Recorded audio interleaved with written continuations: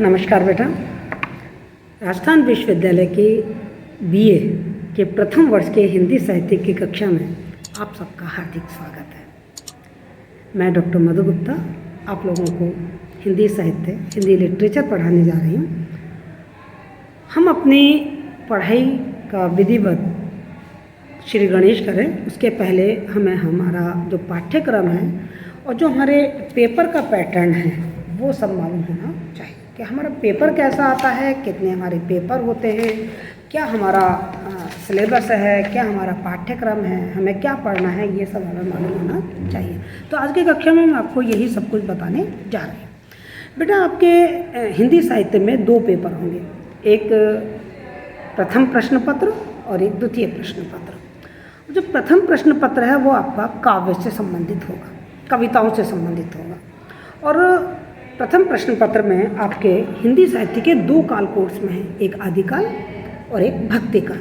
हम सब जानते हैं हिंदी साहित्य का जब इतिहास हम देखते हैं तो पूरे हिंदी साहित्य के इतिहास को हमने चार भागों में बांट रखा है। पहला आदिकाल जिसे वीरगाथा काल के नाम से भी जानते हैं, दूसरा भक्तिकाल, तीसरा रीतिकाल और चौथा आधुनिक काल। तो आदिकाल और भक्तिकाल ये हम फर्स्ट ईयर में पढ़ने वाले हैं। फर्स्ट ईयर में आपके कोर्स में आदिकाल के तीन कवि आएंगे। पहला ढोला मारूरा दोहा, दूसरा है आपका विद्यापति और तीसरा है बीसल देव रासू। पूरी पुस्तकें एक कोर्स में नहीं है, लेकिन इनके कुछ छंद, कुछ दोहे आपके कोर्स में हैं जो आपको मैं बता दूंगी एक प्रेस्क्राइब बुक के रूप में।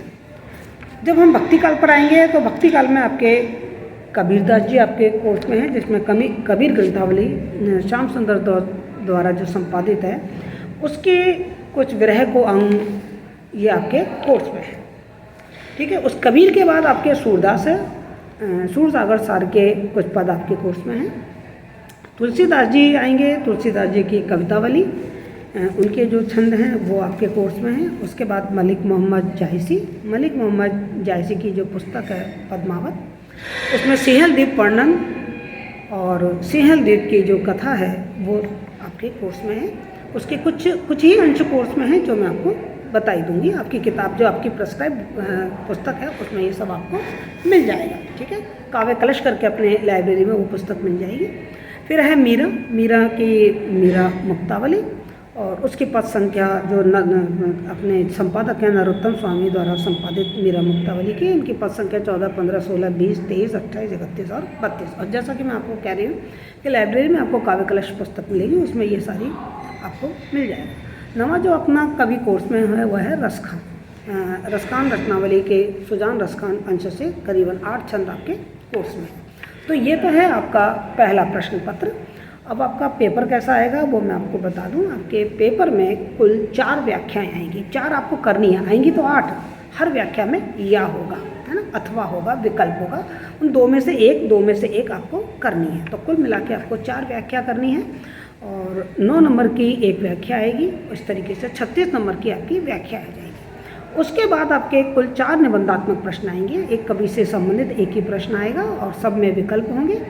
और ये जो प्रश्न है वो 14 नंबर का एक प्रश्न होगा, 4 नंबर होंगे तो 14 चौके 56 नंबर्स के आपके ये प्रश्न आ गए। इसके बाद आपकी टिप्पणियाँ आएंगी आदिकाल और भक्तिकाल की प्रवृत्तियों से संबंधित कि आदिकाल का नामकरण ये क्यों रखा गया, इसके प्रवर्तक कौन है, इसकी प्रमुख विशेषताएं क्या हैं, या भक्तिकाल है इसका क्या काल है, इसकी प्रमुख प्रवृत्तियाँ, इस तरह से संबंधित आपके 4 नंबर की 2 टिप्पणियाँ हो गई। ये हो गए आपके 8 नंबर। इस तरीके से 100 नंबर का पेपर आपका आएगा। ये है आपका प्रथम प्रश्न पत्र, फर्स्ट पेपर।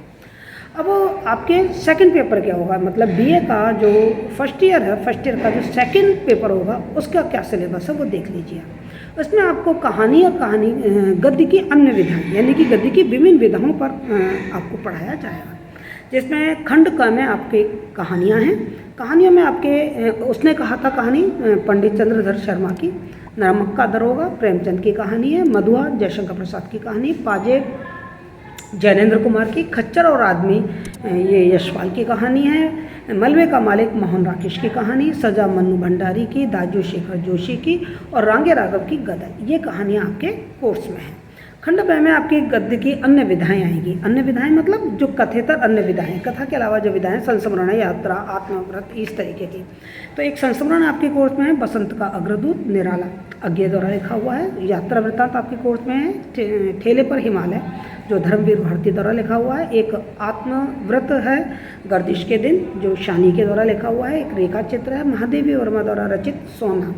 एक रिपोर्टाज है जो आपके रांगे राघव द्वारा रचित है अदम्य जीवन। और एक व्यंग लेख है हरिशंकर परसाई का ठिठुरता हुआ गणतंत्र। इसके जो खंड स है उसमें आपको कहानी का स्वरूप, कहानी की परिभाषा, हिंदी साहित्य में कहानी का विकास कैसे हुआ, और गद्य की कथाएं, जो अलग विधाएं हैं, जैसे संस्मरण किसे कहते हैं, यात्रा वृत्तांत का क्या अर्थ है, रेखा चित्र रिपोर्टाज में क्या अंतर है, इस तरीके के प्रश्न आपके आएंगे। तो ये आपके जो सेकंड पेपर है इसके 3 पार्ट हो गए। पहले पार्ट में कहानियाँ, दूसरे पार्ट में आपकी गद्य की अन्य विधाएं, और तीसरे में आपके कहानी और गद्य की कथेतर विधाएं और कहानी का विकास वगैरह आएंगे। प्रश्न पत्र आपका कैसा होगा कि वही 4 व्याख्याएँ आएंगी, मतलब 4 आपको करनी है, आएंगी 8।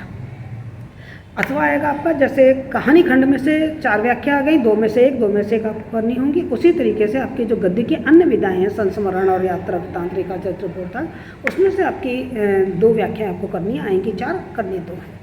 और 4 आलोचनात्मक प्रश्न होंगे जो कि आपके इन्हीं कहानी और गद्य की अन्य विधाओं से आलोचनात्मक प्रश्न आएंगे। 14 नंबर का एक प्रश्न होगा। 2 टिप्पणियाँ आएंगी, कहानी का स्वरूप, कहानी की परिभाषा, कहानी का विकास, या गद्य की जो कथेतर विधा उसमें से कुछ टिप्पणियाँ लिखने के लिए आएंगी। 4-4 नंबर की 2 हो गए आपके पूरे 100 नंबर। तो इस तरीके से आपके 2 पेपर होंगे, फर्स्ट पेपर, सेकंड पेपर। मैंने दोनों पेपर का पैटर्न आपको बताया, साथ ही आपको आपका पाठ्यक्रम आपको बता दिया है। पहले जो प्रश्न पत्र है उसके लिए आप लाइब्रेरी से काव्य कलश ले सकते हैं, और जो दूसरा पार्ट है, दूसरा पेपर है, उसके लिए गद्य विविधा आप ले सकते हैं। इसके अलावा जो भी पुस्तक आपको लगेंगी वो मैं बता दूंगी, और रिटन में नोट्स भी आपको समय समय पर देती रहूँगी। तो आज की कक्षा में मैंने आपको आपका पाठ्यक्रम और आपका प्रश्न पत्र की संरचना कैसी होगी इसके बारे में मैं आपको बताया है। यदि आपको फिर भी कोई प्रॉब्लम आ रही है तो आप कमेंट बॉक्स में मुझसे ज़रूर पूछें, मैं आपकी हर समस्या का समाधान करने की कोशिश करूँगी। Thank you sir.